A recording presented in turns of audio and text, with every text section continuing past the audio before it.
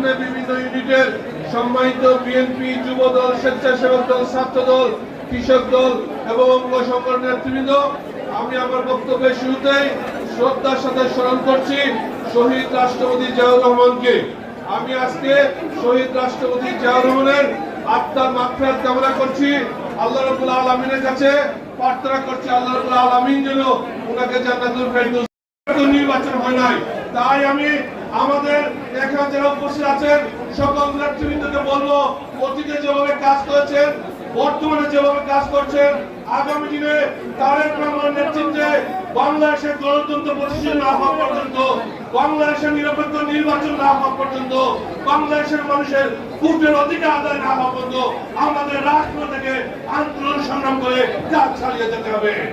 সেই লক্ষ্যে সকলকে ঐক্যবদ্ধ হয়ে কাজ চালিয়ে যাওয়ার আহ্বান জানিয়ে আজকে আমাদের সিলেটে বিএনপির স্থায়ী কমিটির যে নেতৃবৃন্দ এসেছেন তাদের সকলকে কৃতজ্ঞতা জানিয়ে আমি আমার বক্তব্য শেষ করছি।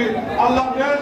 বাংলাদেশ জিন্দাবাদ, বাংলাদেশ জাতীয় দল বিএনপি জিন্দাবাদ, দেশনেত্রী বেগম খালেদা জিয়া জিন্দাবাদ, বিএনপির ভারপ্রাপ্ত চেয়ারম্যান তারেক রহমান জিন্দাবাদ জিন্দাবাদ।